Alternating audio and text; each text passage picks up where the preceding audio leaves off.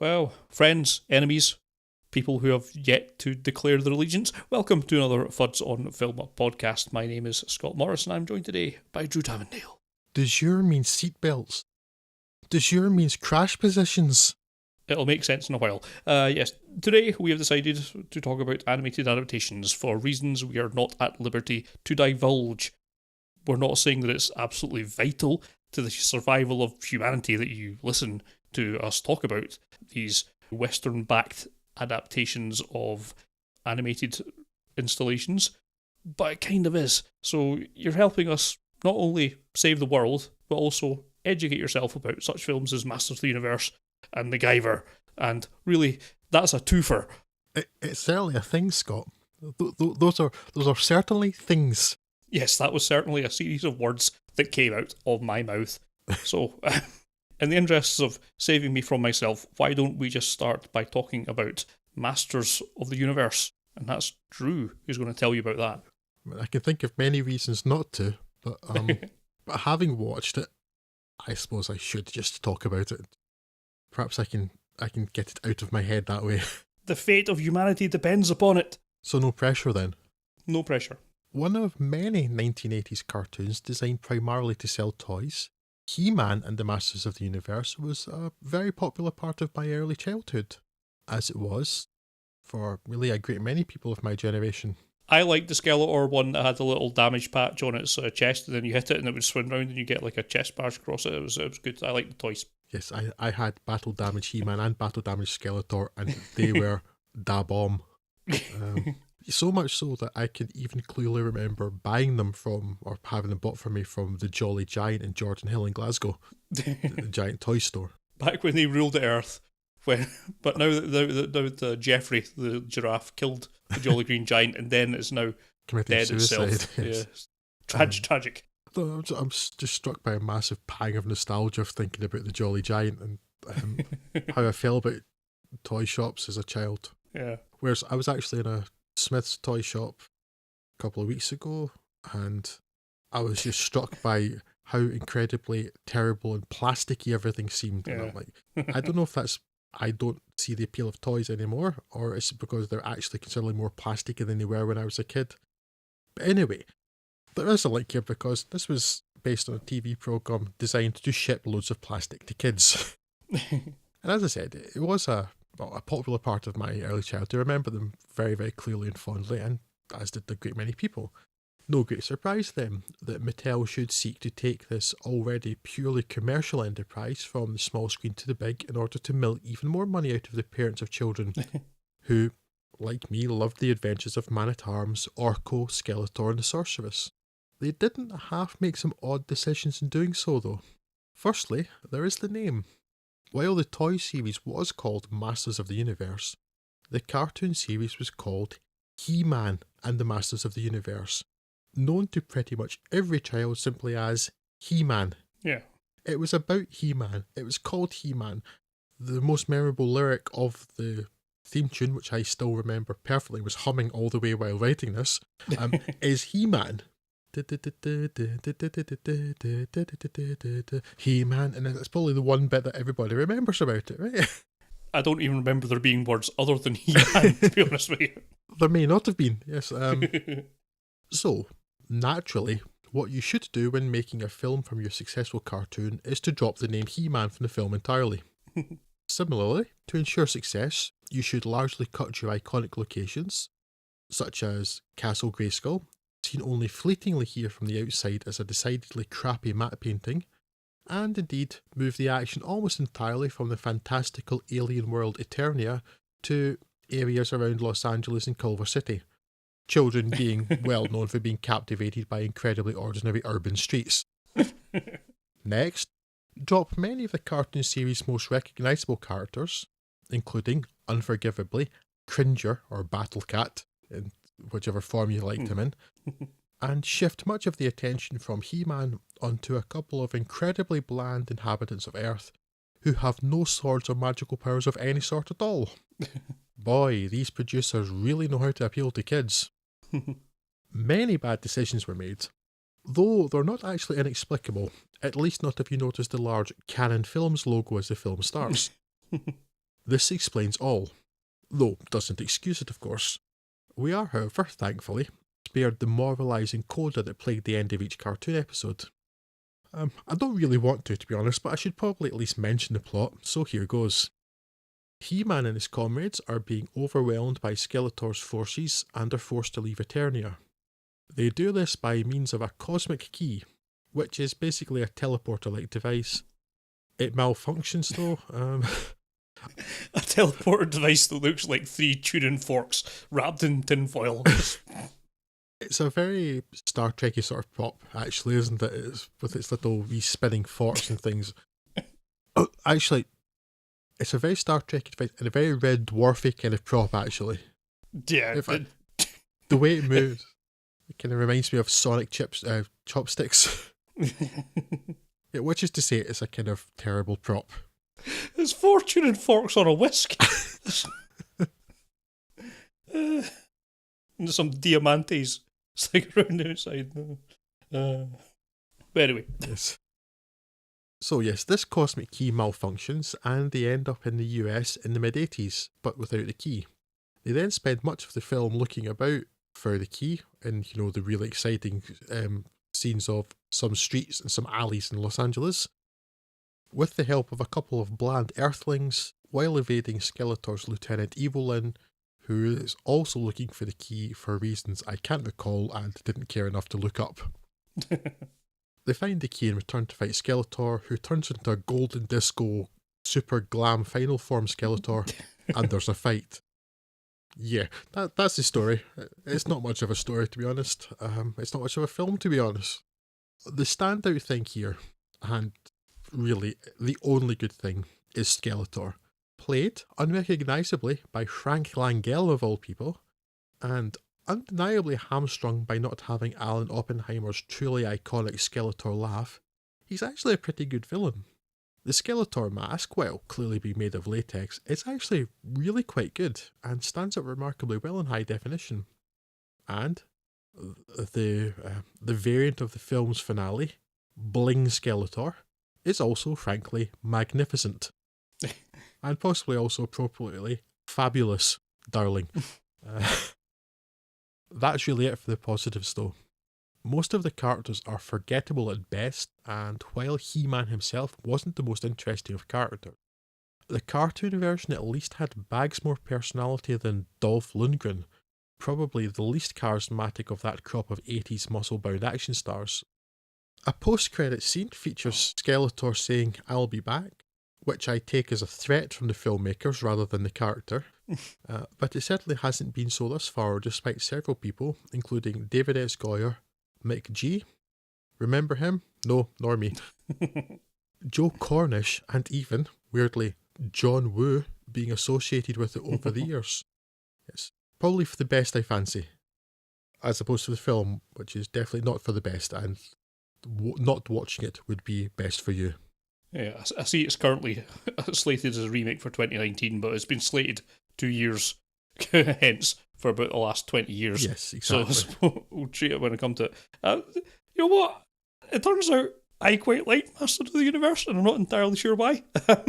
I will say that I remember massively disliking it.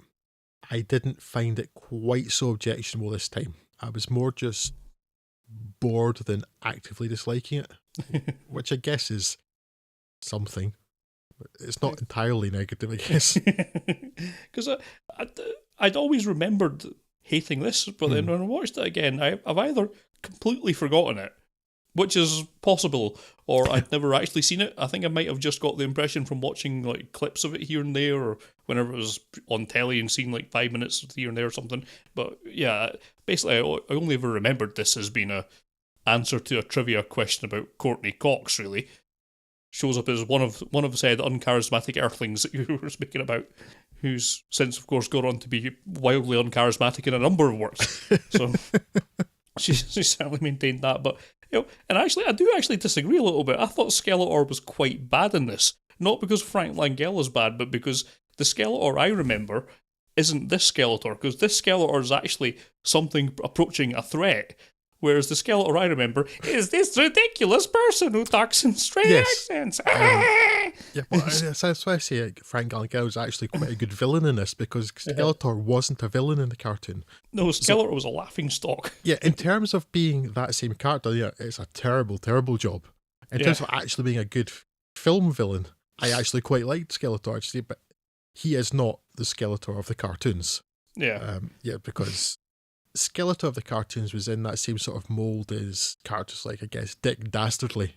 You know, they always had these grand schemes, but they always failed because of their own ineptitude. Yeah.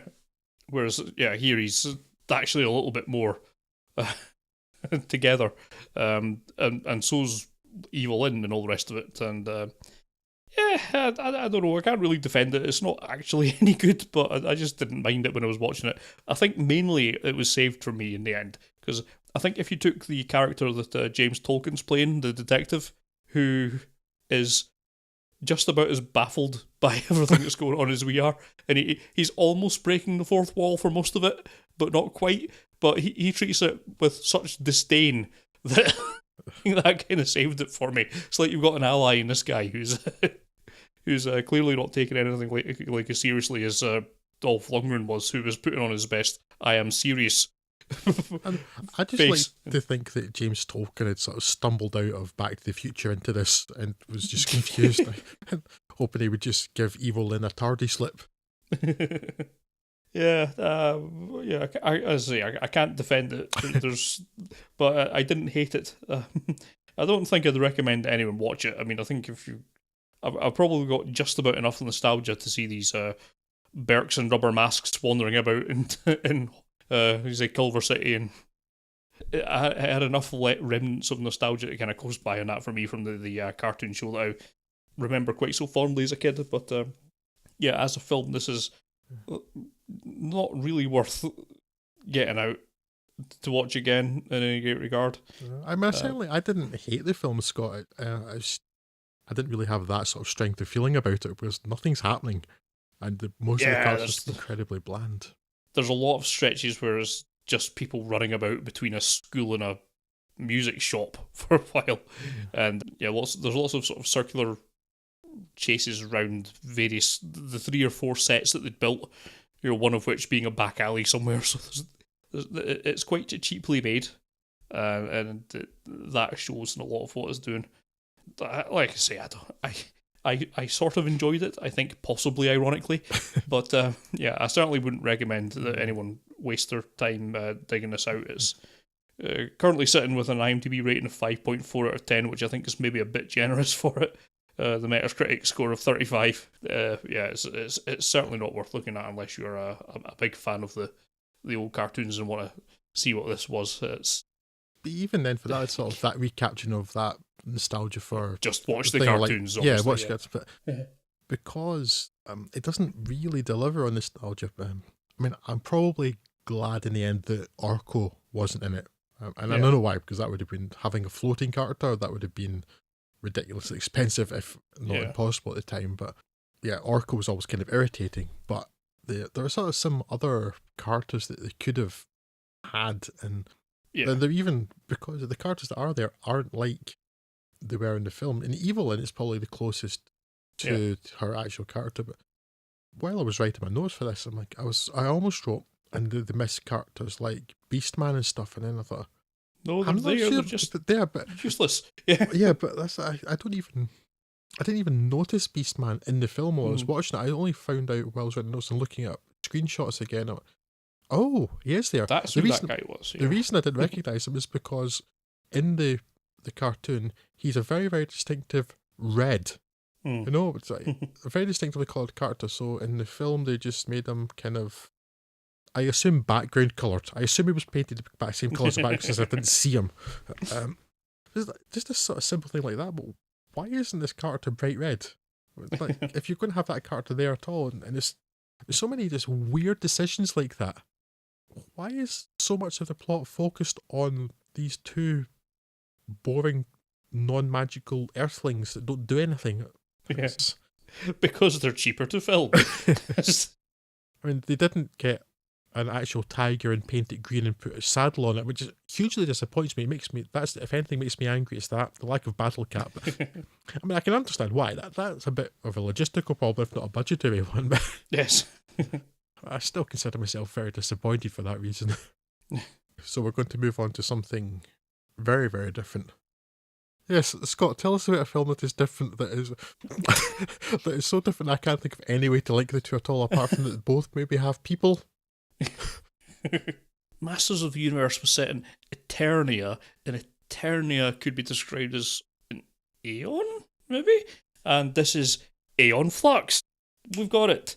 That doesn't really work. But anyway, I'm not sure if it's a fault with my age-addled brain or the memorability of this mid-2000s Charlize Theron vehicle, Aeon Flux, but I couldn't remember much about this film at all.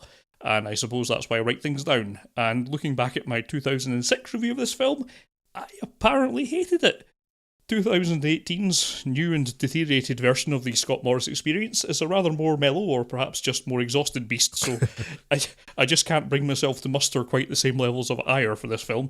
Although it must be said that most of my earlier criticisms are, well, more or less true, so you can search on the old oneliner.com site if you want to read that, but if you don't, Aeon Flux adapts the MTV animated series that I've seen a couple of episodes of, I believe, but I'm certainly by no means an expert in. I do know enough to know that it contains some pretty interesting stuff and would warrant more discussion than we'd be able to go into here to cover properly. But as this is a relatively loose adaptation, I suppose I'll leave that as an exercise for the interested. This takes a rather more mundane approach to the Aeon Flux world, which is an odd thing to say about a film with a woman who has hands for feet and Pete Postlethwaite dressed as the burrito. It's set in a future that's seen humanity reduced to one walled city, Bregna, after a virus wipes out the rest of the world, where scientist Trevor Goodchild, played by Martin Koskis, leads the ruling council of what seems on the surface to be a happy populace living in comfort, apart from the odd strange nightmares. However, any hint of rebellion is dealt with swiftly, with the techno-Gestapo disappearing anyone suspected of seditious leanings, just like the current Spanish government.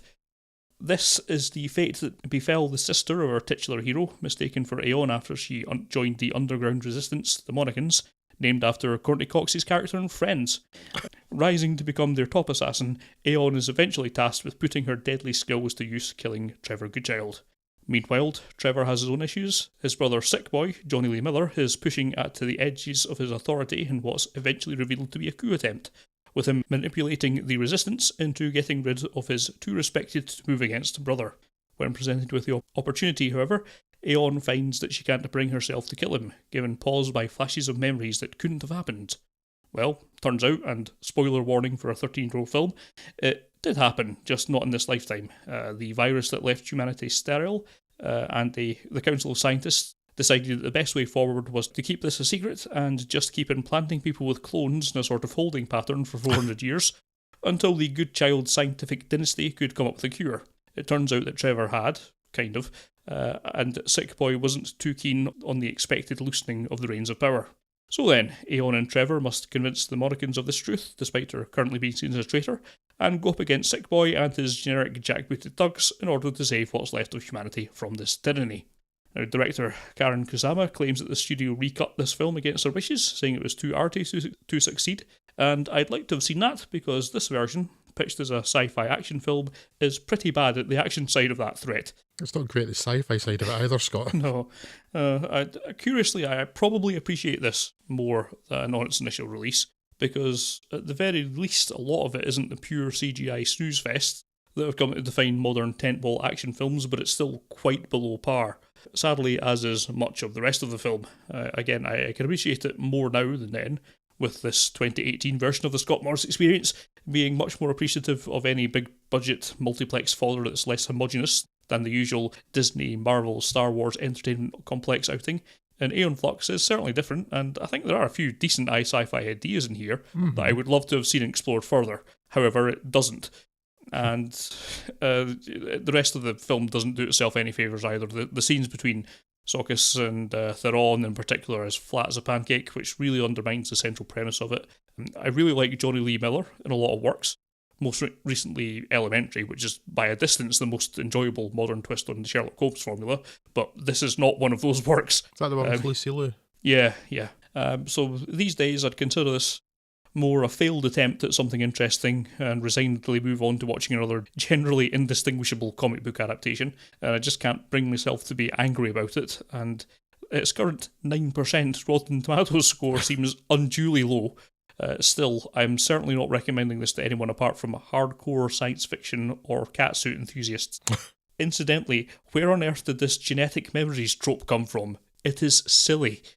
Stop it. Yes. That's that. I don't have all that many notes written down for this, but the genetic memory one is front and center, Scott. Yes. Was what I have written down is simply genetic memory, endlessly stupid. It is not a thing. It is not feasibly a thing. It could never be a thing. It makes no sense. Please stop it. And I remember we mentioned how completely boneheadedly idiotic it was in Alien Resurrection. It's no different in this. Yeah. Yeah, this film, it didn't make me angry by any means. I just don't think it's very good. No. I will say, but there are bits of it I wanted to like. I have never seen this before. This was the first time I'd seen this, and I know nothing about the TV series and MTV at all. I mean, I'd entirely forgotten it was an MTV thing. I was sure it was a Japanese thing, an anime. It felt like it should be actually, but it's not. And I think visually, it's kind of interesting because it doesn't look like a lot of other stuff looks. Yeah. And that's admirable. There's so many things just look the same. And there are other films that have had like slightly similar kind of look and feel to this. Things like Equilibrium. Yeah. With Christian Bale, that sort of thing. And so there are like interesting ideas. Like there's these kind of interesting gardens with apparently weaponized grass. Yeah. Kind of strange idea, but so there are things like that. But I kept finding myself getting taken out of it because whether it's a budget thing and also it's because you don't see it often on film, certainly in a sci-fi setting. But nearly all of the architecture that you see, particularly from the outside, I mean a lot of the interior stuff too, looks like mid-century modern architecture. And that's because it's mid-century modern architecture. And I'm really familiar with mid-century modern architecture. And it kind of takes me out every time because I'm like, this is supposed to be the future. And I'm thinking, my God, does that look like the 1950s and 1960s? You know? So it sets it apart from a lot of other films. That's a good thing. But if you're familiar with that at all, it kind of takes you back out of it. Whereas, I mean, I suppose it's ambitious to try and make it look different. Whereas, say something like RoboCop, which, you know, Detroit never looked futuristic enough for the like futuristic RoboCop, or the futuristic Detroit of RoboCop they shot in Dallas. And it's all just largely skyscrapers and things. But it still kind of feels like a more believable future. Yeah. Rather than this kind of sort of really pristine looking thing that's going on here. Again, no, it looks different. That's generally to be admired. And then also as well as that mid-century modern architecture, it's kind of undercut too by, and again, possibly a budget thing, but there's so many like sequences where you just keep seeing breeze blocks and concrete walls and as soon as you see a breeze block and a staircase, it's like, well, it could be the back or the underground of any and every shopping mall, stadium or sports centre in the world. Yeah. That sort of thing just it breaks any suspension of disbelief immediately. And that's unfortunately most of what we're talking about. It's a litany of, well, they're complaints, I guess, but again, but there's almost like a seed of a good idea in each of these things, right? Yeah. There's like from the very beginning, it's this massively failed world building because they say, right, humanity gets wiped out, and there's only 5 million left, and there's one city left. I'm like, okay. But then there's no suggestion that anybody ever tried to colonize a new place or expand the city or leave or anything like that. And rather than that, because you find out why that is later, but rather than that being set up as a mystery, it's more just that this doesn't make any sense and it's bothering me. And more like it feels like they didn't think it through. And then the city never feels sufficiently large. You only see basically, I think, one even vaguely wide shot of the city. And it's at night, and you see a few lights in the distance. But the city never feels large. And then so I'm thinking again, where's all the food coming from? Whereas for something like Judge Dredd, for instance, and they say Mega City 1, there's only a few cities left, and there's Mega City 1, and it's this huge city. But they quite clearly explain at the beginning, it extends for hundreds of miles. That's how big the city is. Yeah, it's basically the old eastern seaboard of the US is Mega City 1. So, and there's enough establishing shots that you see this thing's huge, and then I don't think about where the food comes from, because I understand this thing is clearly huge. Yeah. The food will be grown in some farm part of somewhere that we're not seeing. But this immediately felt so restricted. I'm suddenly thinking about logistics. This. So it's just like a failed world, but it doesn't feel like a living, breathing world. And that's also a constant part of any kind of pristine future like that. Yeah. It never feels believable. It's like, why is there all dirt? So there's keeps on you a wee idea that I think, oh, this will be good, and oh no, it doesn't do anything. Then obviously the endlessly stupid genetic memory, but there's the central conceit too, that people are being cloned, and that people are beginning to suspect and feel unhappy. And yeah, but there's absolutely no sense of that at all.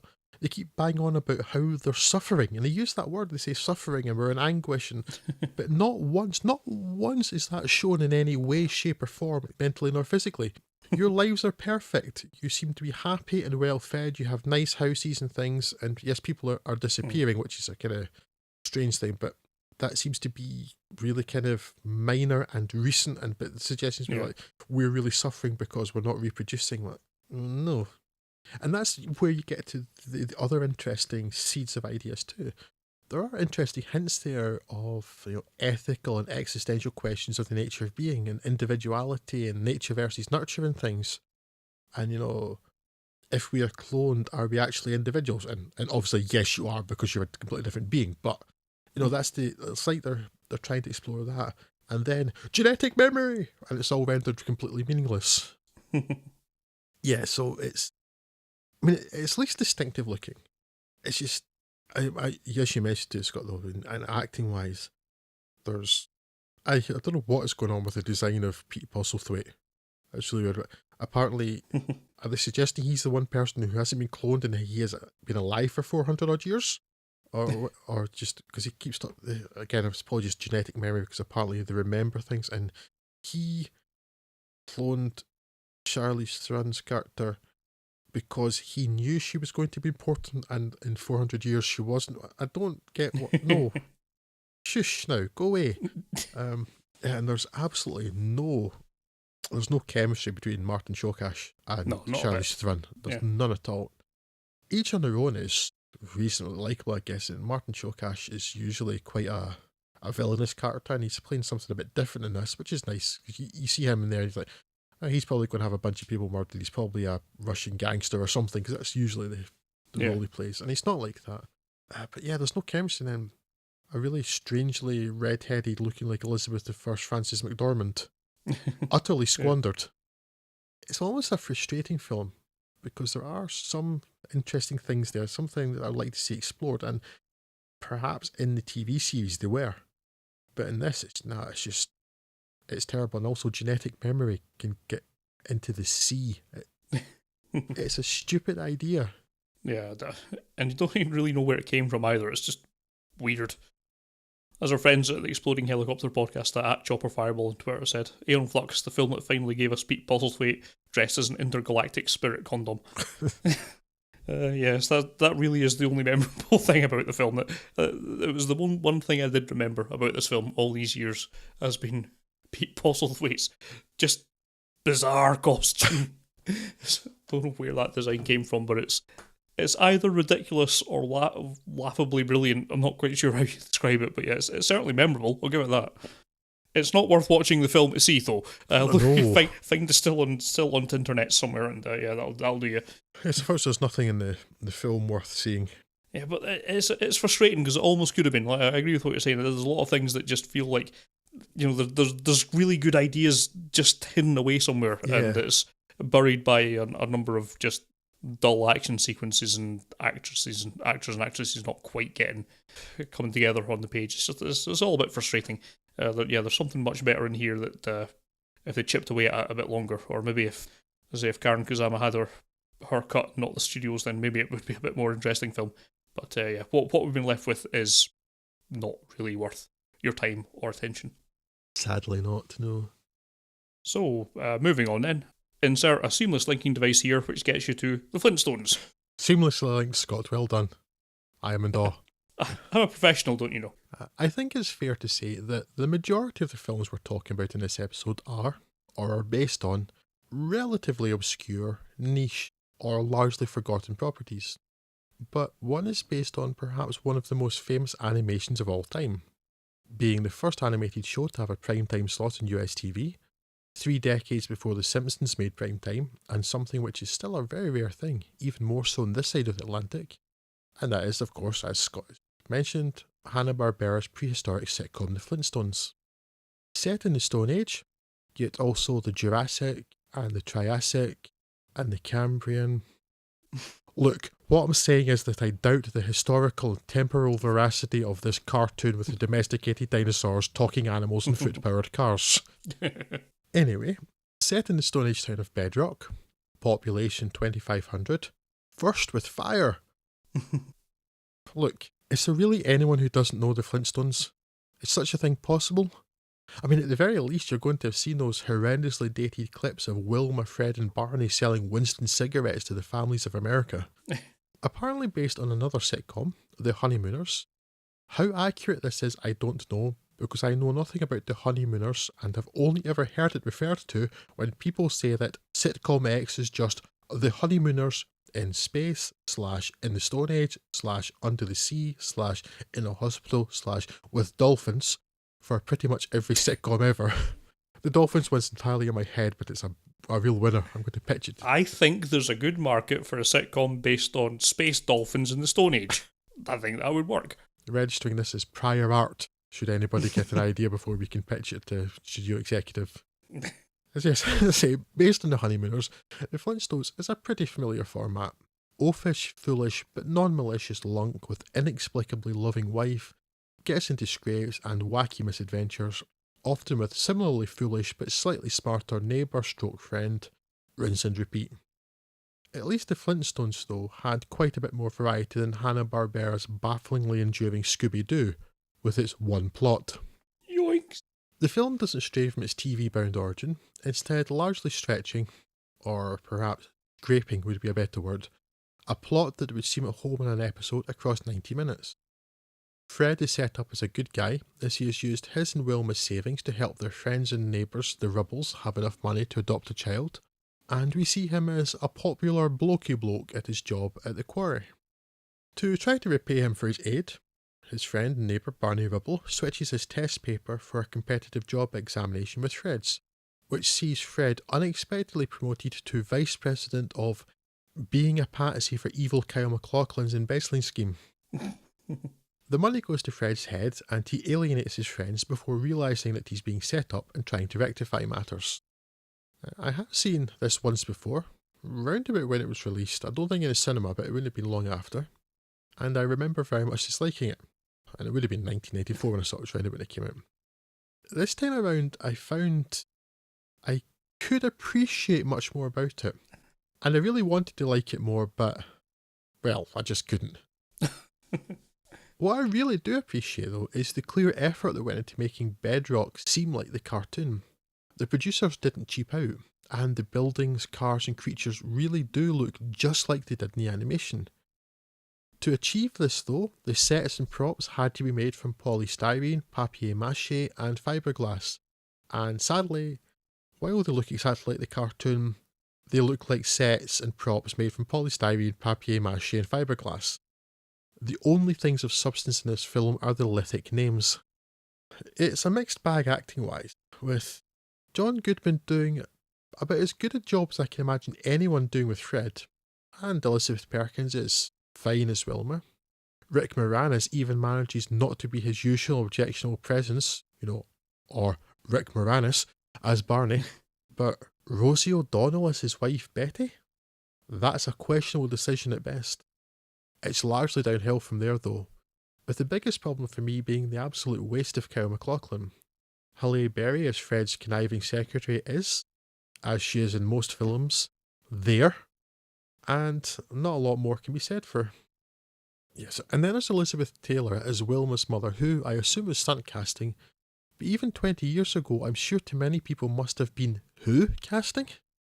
Her performance here is a far cry from her roles in the likes of Cat on a Hot Tin Roof and Who's Afraid of Virginia Woolf. And I imagine to many in the audience, she was far less a once great actress and more, you know, her, that lady with all the husbands who's friends with Michael Jackson who sells the perfume. Her, yeah, she's in it. But the biggest problem is the story, which is thin and simply boring and just not able to sustain 90 minutes of screen time. In the end, it's an incredible facsimile of the cartoon in which it is based, but the Flintstones has very little else to offer. A lot of effort for very little reward. This is another film I can't really defend, but I actually quite enjoyed. I don't know if I've seen this before.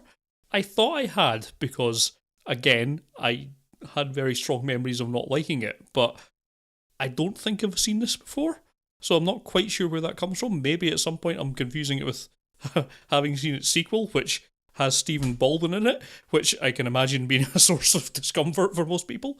It's better than it being Adam Baldwin. Yes.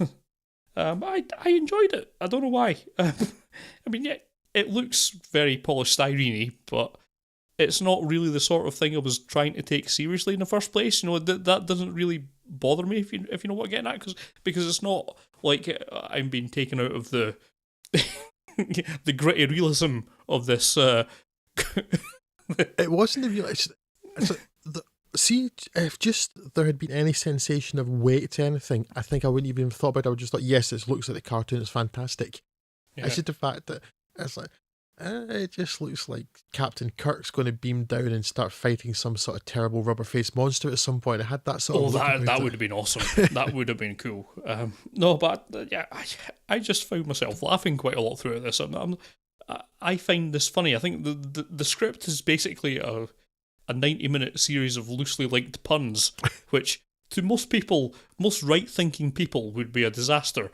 But it's just the sort of thing that I like. So. A lot of the puns are the best things, like some of them are a wee bit tortured, like Steven Spielberg and stuff, but there's like the Universal logo and the Star Wars references outside the drive-through and stuff. There's a lot of like wee touches like that I really liked. Yeah.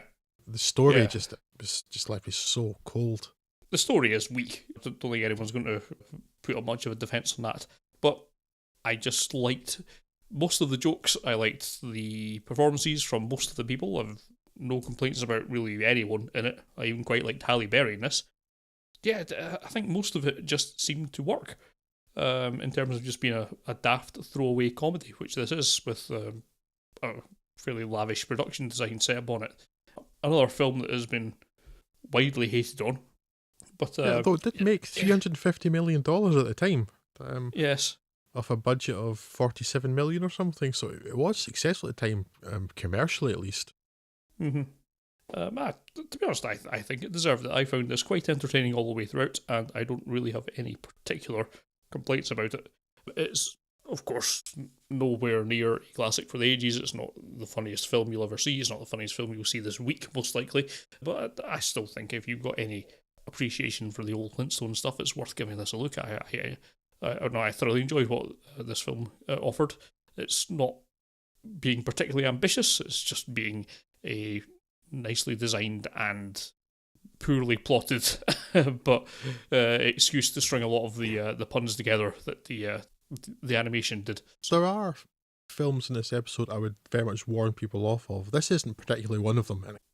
I don't think I really would have thought about it much, but while I didn't enjoy the film, I really appreciated the detail they went into, because it felt, I can't emphasise this enough, it looks and feels just like the cartoon did. The way they've got like the newspapers chiselled from sheets of slate or something, and just the feeling of the slabs of rock so they make the top of the houses and the cars and stuff, it looked just like it. And even the fourth wall breaking in this film felt right, and certainly, I don't know if I can't remember from the cartoon if the characters did it, like the human characters, but certainly the animals did. Yeah. They would make references about, oh, what a terrible job and things like that. It's a living. Yeah, that sort of thing. And so there was some of that. And it feels like the Flintstones. I certainly laughed. I do remember laughing, not a lot, but I laughed. It's more just that certainly by the end, I was like, "Can it just be over." The story had completely lost me because the story is very basic. Yeah. And so I was tiring of it a bit by the end. But it's it's got interest. It wouldn't be one of the ones that would warn people off of in this episode. It's our recommendation of the week. There we go. Oh, so recommendation of this current 30 seconds. If by recommendation you get one recommendation, one non-recommendation. I don't not hate it. Wait a minute. Let's work out all the negatives in that sentence. Yes, one of the more interesting ones, though, I think. In some ways successful. Exactly. You said you were largely okay with the acting. More just kind of wanted to see Kyle MacLachlan just kind of being an evil villain a bit more, just not on screen much, and I would have liked that more. Yeah, it's not something you would often say about Kyle MacLachlan, but he could have done with chewing a bit more scenery. Yeah, exactly. And I mean, I've liked Kyle MacLachlan a lot, but ever since Twin Peaks: The Return, I've had an even stronger appreciation for him, because as Dougie in Twin Peaks: The Return, which is basically just a person who doesn't speak and is obsessed with coffee, he was amazing, and it's a ludicrous performance, and I loved it, and it's probably one of my favourite characters ever now is Dougie in Twin Peaks. So I would have liked to see him chew the scenery a bit more. Elizabeth Taylor could have been anybody in that role, but I really do struggle to see who you really could have got to play, certainly at that period, who you could have got to play Fred Flintstone that was any better than John Goodman. Absolutely. He's there for a highlight, yeah. Yeah, so maybe another of those films that I'm slightly talking myself round to liking a bit more than I thought I did as we discuss it. But yes, it's still not fantastic. But I would probably avoid the Flintstones Viva Rock Vegas? Viva Rock Vegas. Yes. Which I'm annoyed by just by the name, because it's a terrible name. And you replace John Goodman with Mark Addy. No thanks.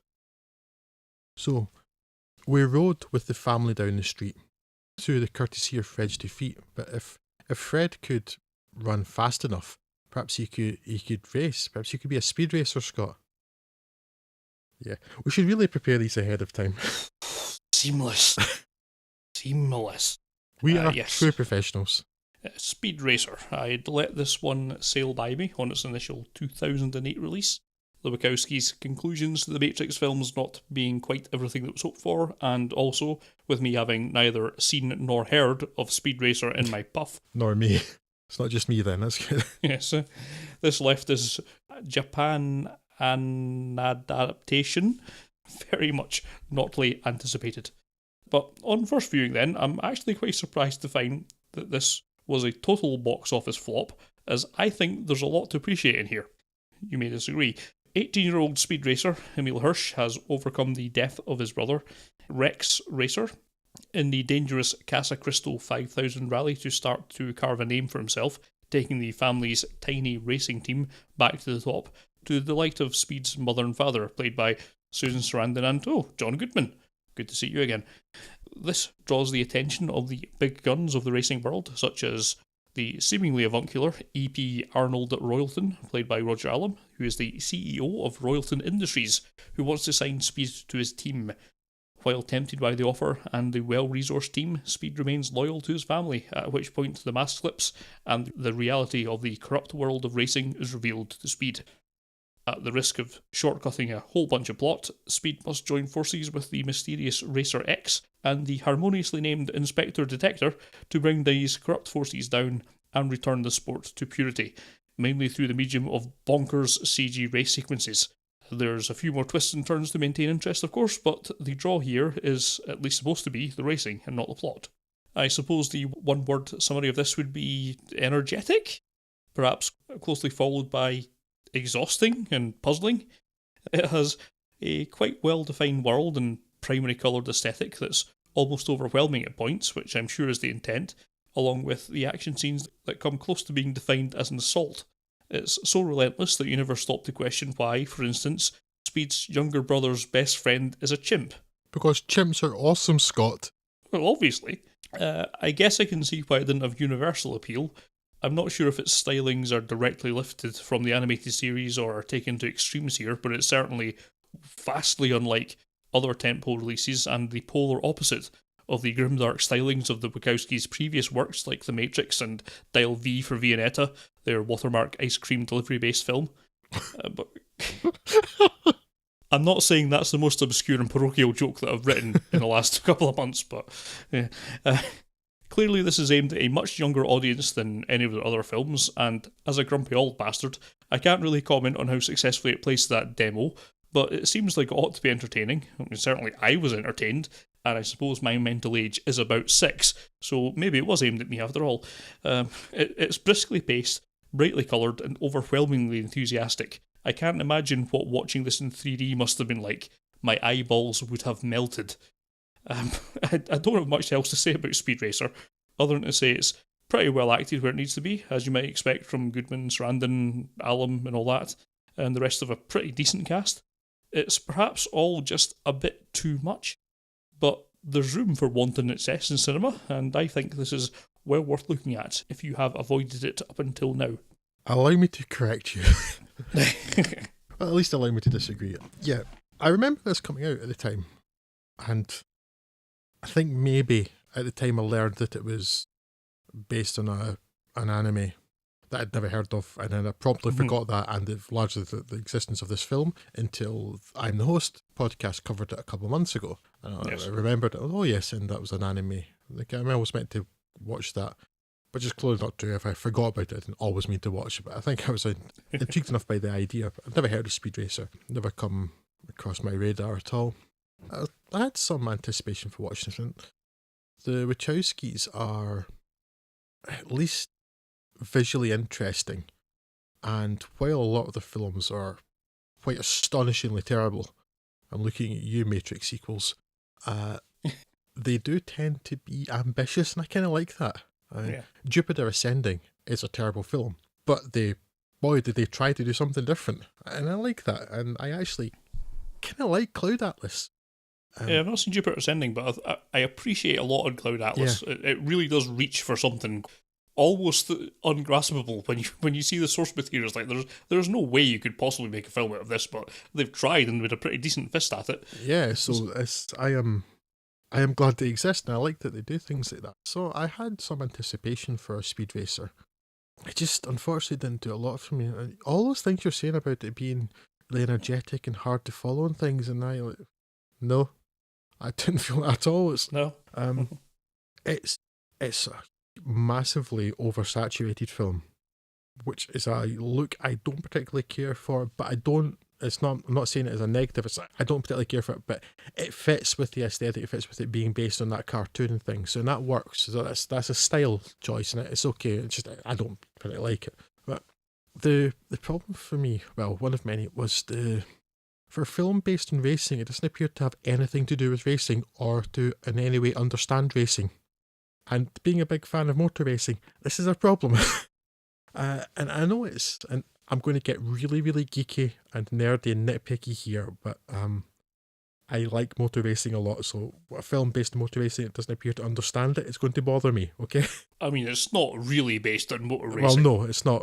It's based on Mario Kart. Yes. If you define that as racing, then okay. Yes, it's much closer to Mario Kart than anything else,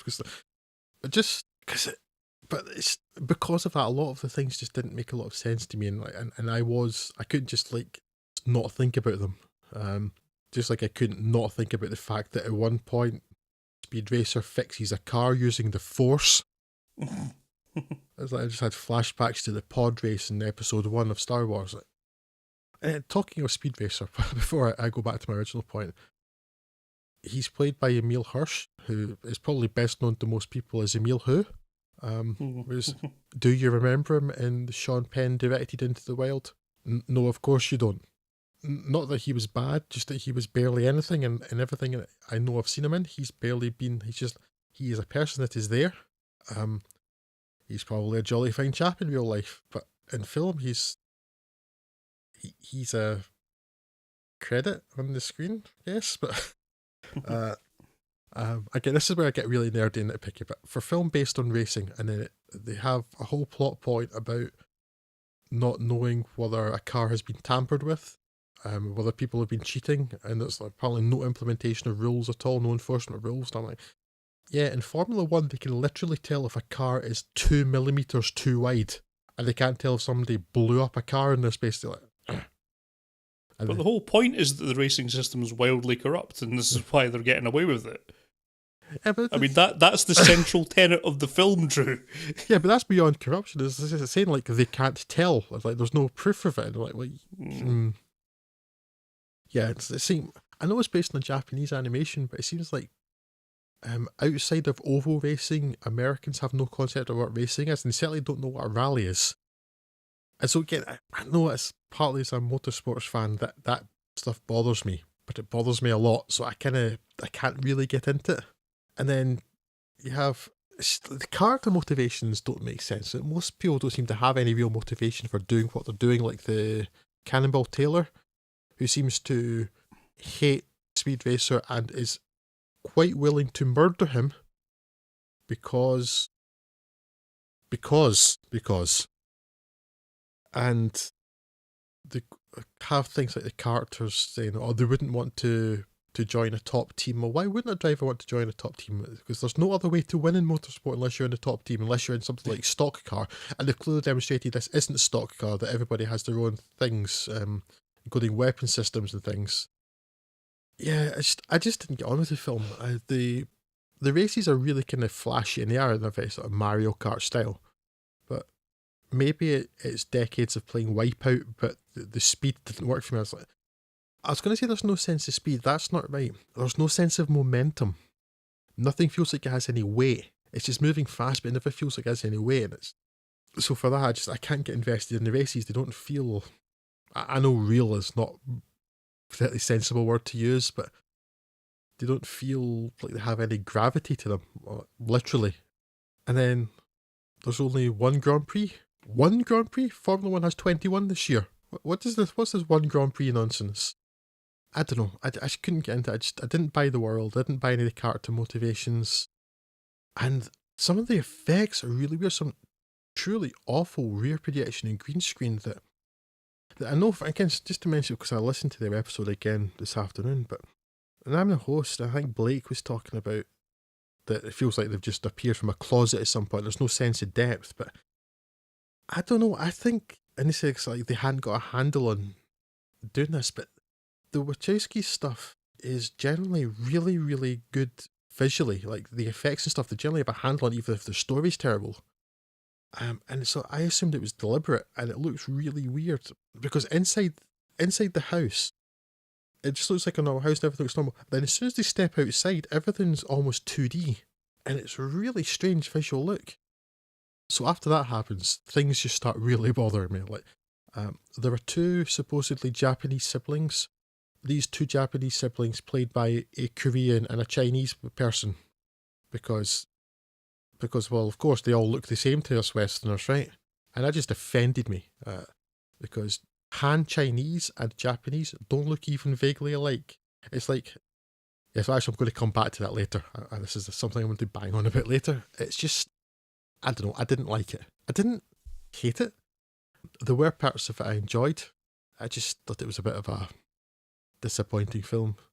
And if you want to watch an entertaining but not dramatic film about racing, I suggest you just go back 2 years before this and watch Talladega Nights instead, which instead of a chimp has a cougar by the name of Karen and is therefore awesome. You're such a colossal dork about racing, and but I'm glad you recommended the documentary Talladega Nights there. That's much more realistic enterprise than Speed Racer. No, I like Speed Racer, so meh.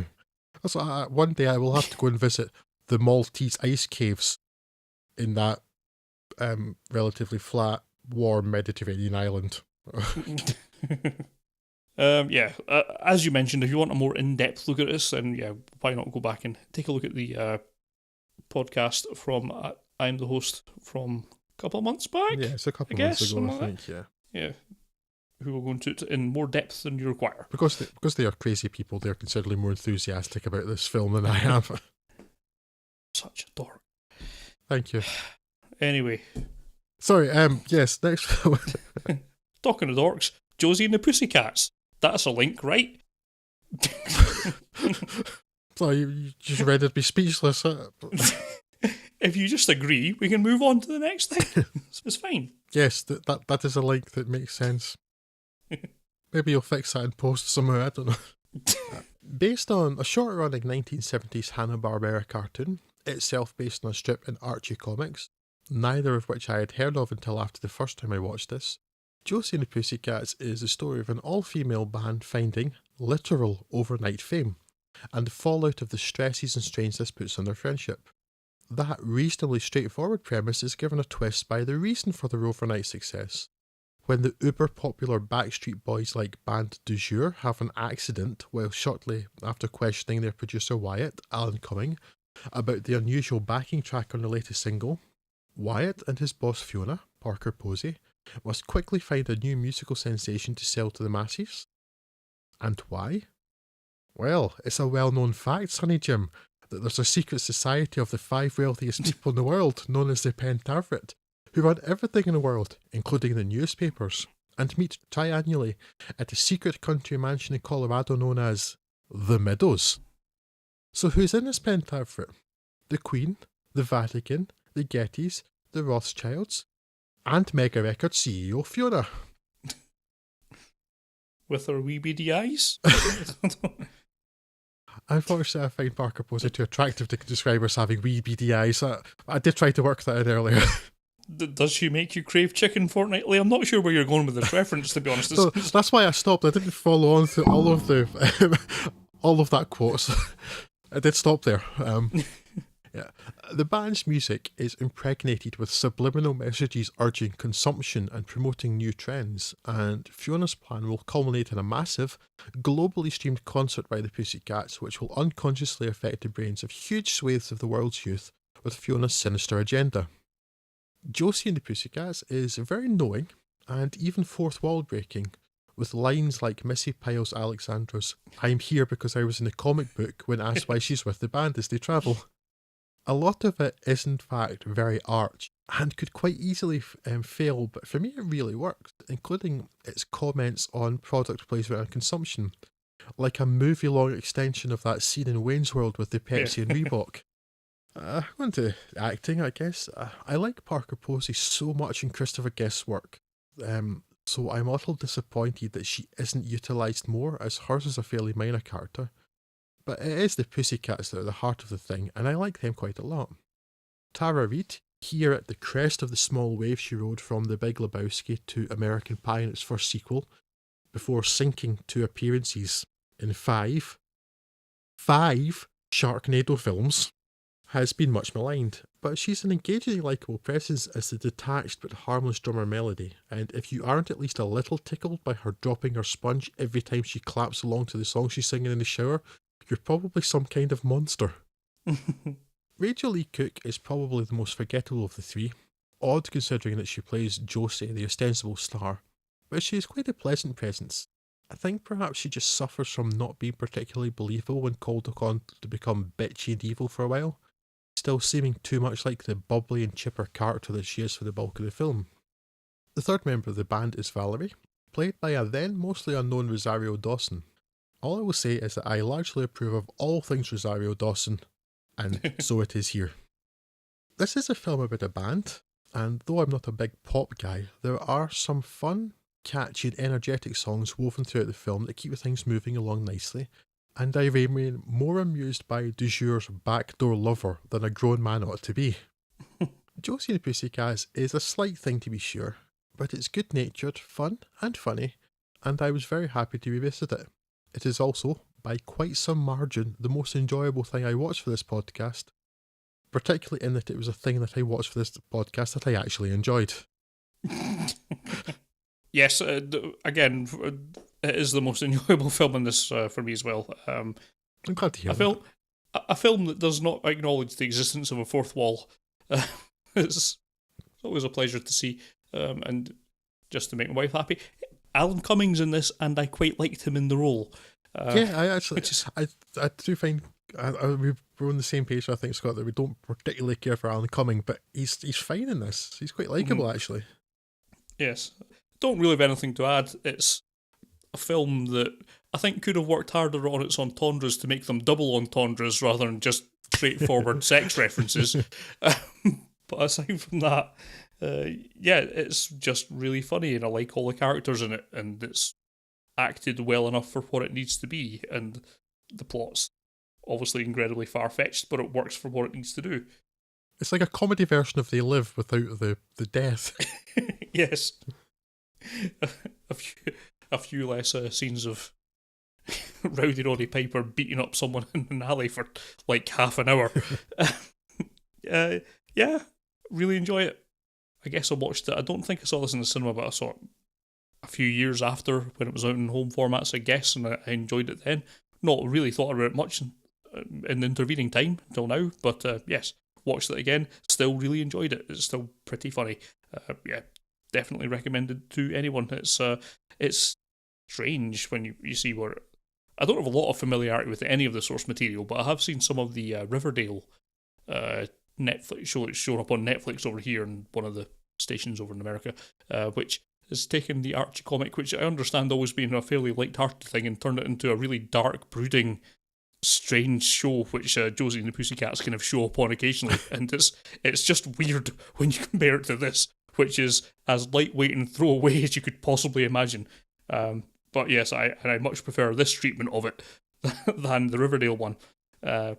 Very funny, and I think would give anyone a laugh unless they are an inhuman monster, and we know there is no inhuman monster that listens to this podcast.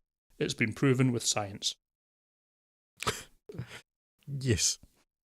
Okay, so don't even try. Just go straight into But talking of things proven with science, there's a strong scientific basis for the next film, because it's got a scientist in it who appears to be doing lots of real science.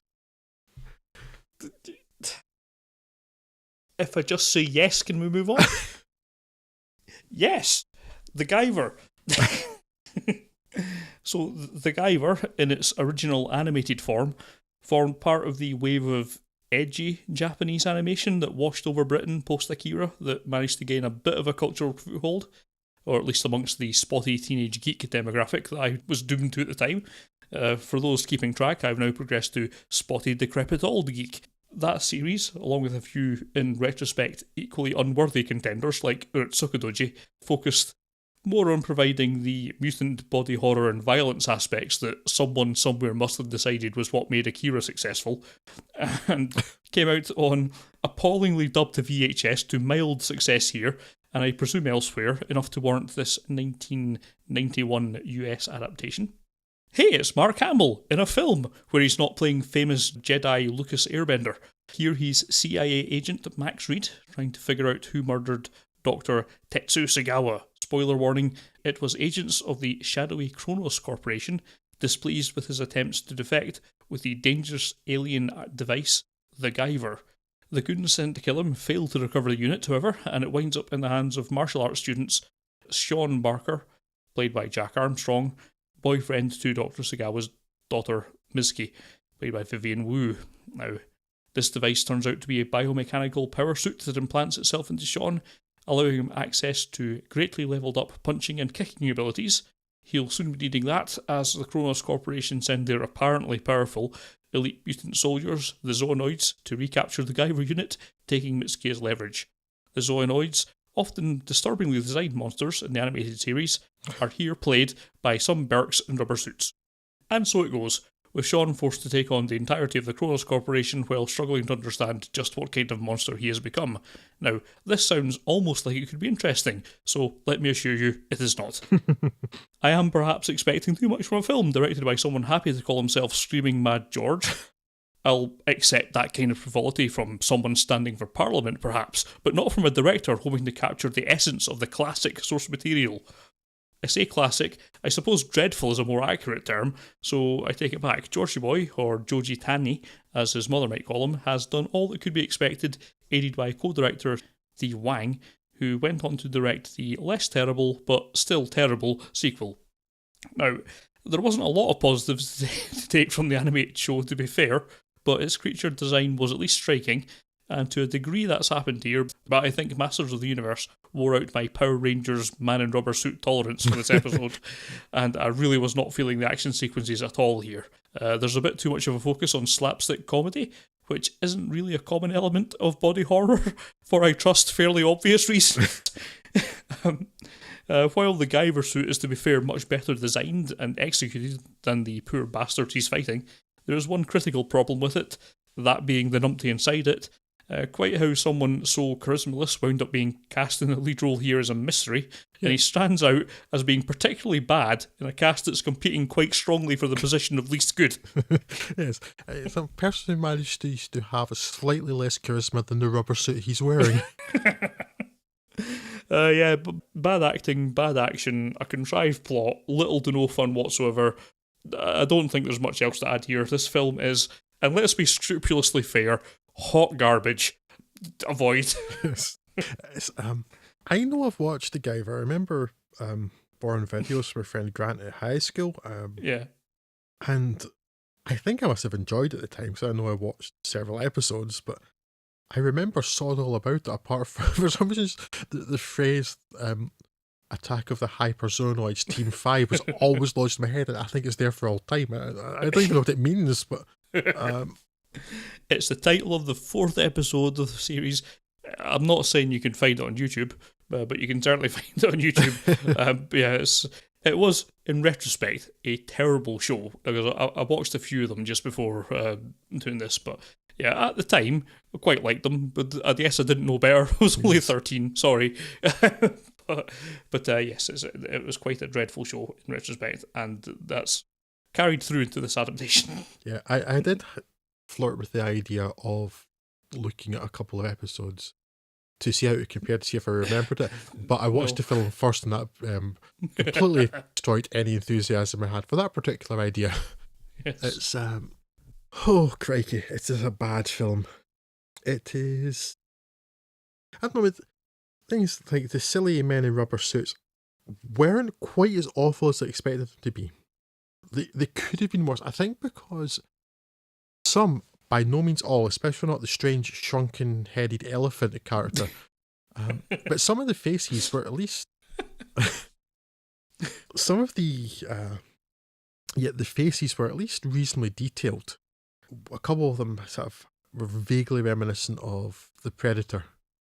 And so there was some detail in some of the faces in it, so it didn't look quite as awful as it might have looked. Yeah, look, to be fair, those characters, they're well-executed rubber suits, but they're sort of well-executed, almost comedy rubber suits in a film that's trying desperately to be taken seriously. And that doesn't work. It's all over the place tonally, because there's bits where people are really straight up murdered, and then where sexual assault is at least being threatened by the leader of the Kronos Corporation, the leader of the Zoonoids, the Zoolord. And then you have things like it always becomes the main Zoonoid, the kind of fish-faced one, with doing a lot of kind of slapstick stuff. And then you have one of the Zoonoids who turns into his monster version and is still wearing the collar and tie and the glasses, and it's the most ridiculous looking thing. And yeah, then you get all this weird tonal stuff, and so it starts off with the characters, the woman's father being murdered, and then there's some kind of strange misunderstanding plot of the guy. Is it Sam? I've forgotten his name because he's kind of entirely washed off me because he has so little charisma. Of him misunderstanding why Mark Hamill's at her apartment because he fancies her and he thinks she fancies him and stuff, and then they get together in the apartment and she tells him what has happened, and she's all upset. Then 2 minutes later, he's acting irritated because a visitor has interrupted him getting close with the daughter. Yeah. Then the two of them are acting all coy and flirty. Literally, I don't even think it's 2 minutes, literally 30 seconds after she has just told him, my father was murdered last night. What's wrong with you people?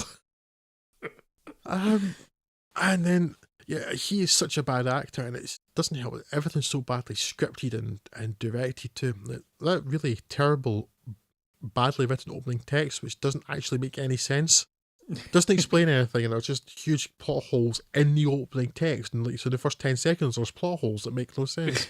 Because it talks about amongst the alien remains. The alien remains were never mentioned. Yeah. What alien remains? You just within this paragraph, you've introduced alien remains that you've never mentioned before, but you're talking about as if they're well established.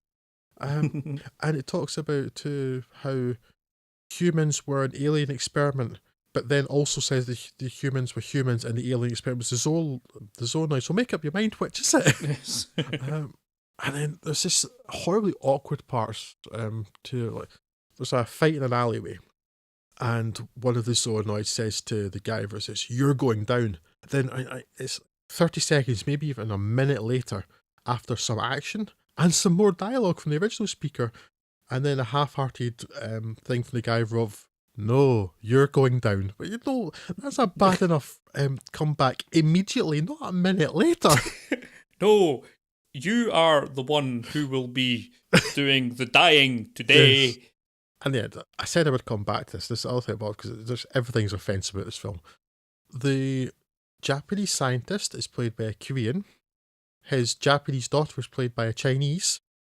Japanese people and Chinese people look very different. And I was about to say, you wouldn't get a Slav to play a Spaniard, for example.